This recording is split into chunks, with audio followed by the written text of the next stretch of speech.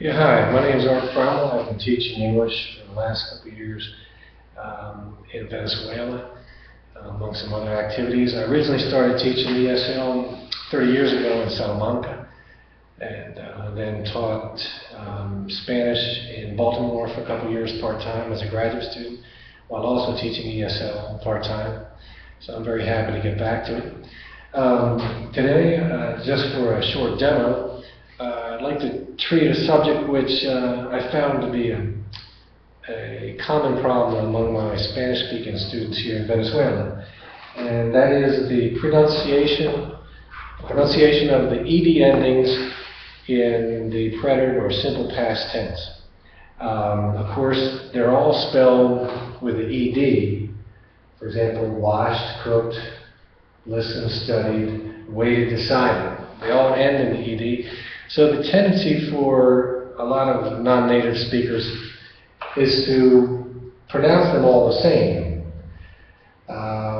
as if they were all the same as waited and decided. Since this is only a demo of a few minutes, I'm going to focus only on one of the three rules for these three different pronunciations, because it's the simplest and, in my opinion, the most important for communication. That rule is, if the infinitive ends in a T or a D sound, then and only then will the ed in the simple past be pronounced as ed of Edward. Wanted, waited, decided. In the other two examples, for example here, listened, it just sounds like duh. It's not ed, it's just duh. The D sound stuck at the end. Studied, studied, duh. Here, it sounds like a T. Washed, cooked.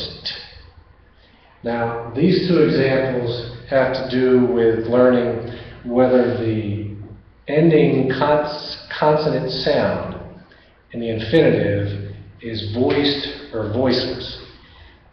But that's a lesson for a longer period of time, not for a demo.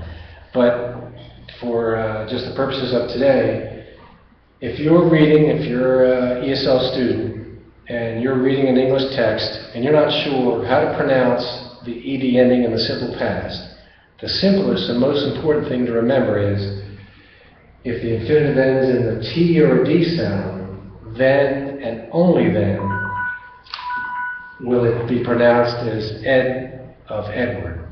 Waited, decided. If it's not a T or a D ending on the infinitive, it's either going to be a D sound like listened, or a T sound as in washed.